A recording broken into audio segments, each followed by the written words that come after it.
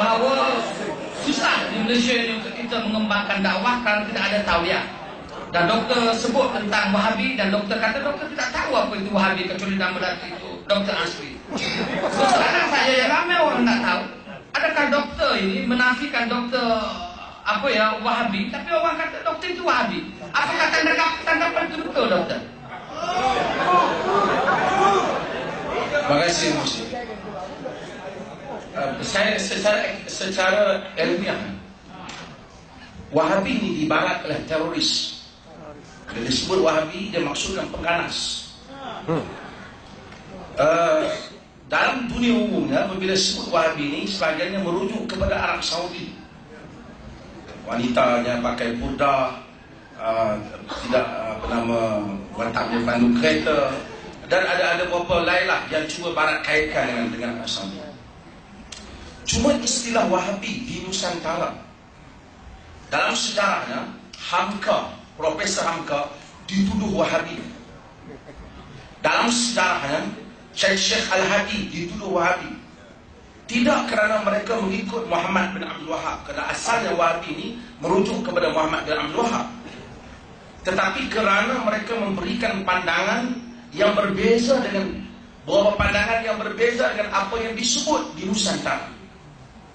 Umpamanya, mereka memberikan pandangan yang di luar daripada kerangka kebiasaan. Saya sebut contoh-contoh yang biasa. Dahulu, orang Melayu sangat tegas dalam masalah bapa wali mujbir, kerana itu pandangan dalam mazhab Syafi'i.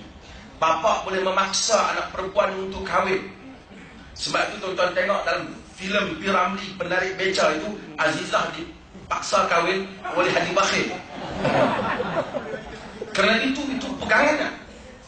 Apabila kaum muda, kelompok pembaharuan yang dikenali dengan kaum muda, Syekh Al-Hadi dan kumpulannya bangkit menyatakan bapa tak boleh paksa perkahwinan, orang perempuan patut memilih calon mereka sendiri. Itu melihat kerangka luar daripada mazhab Syafi'i. Syekh Al-Hadi dituduh sebagai Khalifah Wahabi Tanah Melayu. Khalifah Wahabi sebab pandangan yang itu berbeza dengan kebiasaan.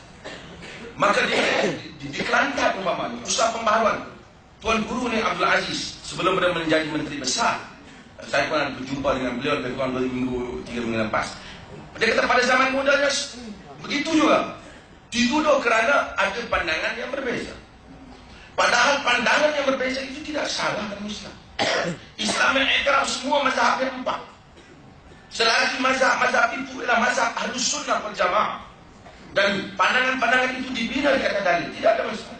Sebagaimana dengan orang boleh bertanggapan bahawa doktor itu Wahabi. Adakah doktor itu Wahabi, soalan saya? Itu yang saya jawab tadi. Artinya, perkataan Wahabi itu, patutnya saya ingat, saya kalau balik daripada Arab Saudi ke apa, saya dituduh Wahabi lah. Tapi perkataan Wahabi itu merujuk kepada sesiapa saja yang mencuba mencadangkan pandangan-pandangan di luar dalam istilah kerangka mazhab Syafi'i. Saya sama sekali tahu Muhammad bin Abdul Wahab. Muhammad bin Abdul Wahab, tuan-tuan, saya bukan penggemar buku beliau, tetapi Yusuf Al-Qaradawi memuji beliau sebagai tokoh pembaharuan. Syekh Wahbah Zuhairi memuji beliau. Muhammad bin Abdul Wahab adalah tokoh pembaharuan dan ada jasanya kepada pembaharuan. Tetapi bukan semua tindakannya boleh diterima 100%. Saya sendiri bukan penggemar bukunya, tetapi saya tidak bersedia mengikuti rentak sebagian manusia yang menuduh beliau sesat dan kafir. Ini sebahagian sekarang penulis-penulis Al-Suat Khabar, termasuk yang daripada tokoh agama daripada Kelantan ini, yang sekarang berada di pusat, menuduh Ibnu Taimiyah sebagai sesat kafir, menuduh sebagai Ibnu Qayyim sebagai kufur, menuduh ulama-ulama dengan tuduhan yang seperti ini adalah besar. Sedangkan buku-buku mereka ini dipakai di universiti-universiti. Tulisan mereka ini dipakai dalam dunia Islam. Menuduh mengaji tauhid rububiyah, uluhiyah, asma dan sifat sebagai sesat.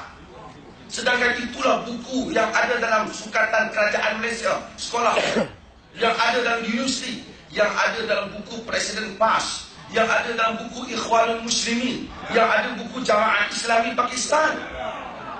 Tiba-tiba hari ini lawan tuduh kafir mengkafir. Ini saya fikir kalau kita tak setuju dengan satu dua pandangan, setakat tak setuju je lah. Kalau kita nak pergi kepada nak hukum orang, kita tengok masalah-masalah yang besar. Iaitu apabila orang telah kata Islam tak sesuai di zaman kini. Ini saya membela tentang berapa banyak isu-isu Islam. Islam tak sesuai zaman ini. Islam tak boleh dilaksanakan dalam negara ini. Ini patut kita hukum.